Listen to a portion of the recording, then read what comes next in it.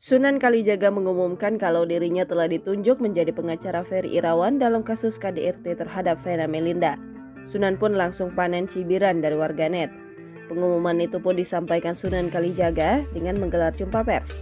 Video pendek konferensi pers itu pun diunggah ayah Salma Vina Sunan itu di Instagramnya pada Kamis 12 Januari 2023 malam.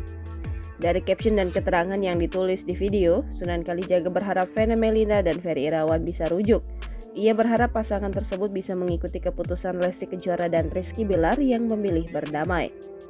Sementara di bagian caption, Sunan Kalijaga menulis hampir sama dengan yang ada di video. Ia menulis, "Yuk kita dukung perdamaian antara Mbak Vena dan Mas Ferry seperti Mbak Lesti dan Mas Bilar." Unggahan Sunan Kalijaga itu pun langsung ramai ditanggapi warganet.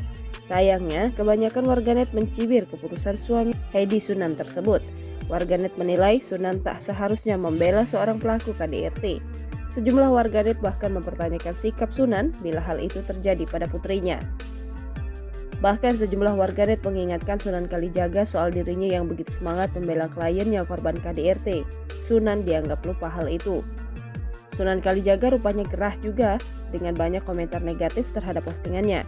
Seakan tak terima, Sunan menganggap warganet yang berkomentar negatif tentangnya tidak tahu apa-apa soal KDRT. Tentu saja, komentar Sunan Kalijaga pun langsung ramai dibalas warganet. Jangan lupa subscribe, share, komen, dan like ya!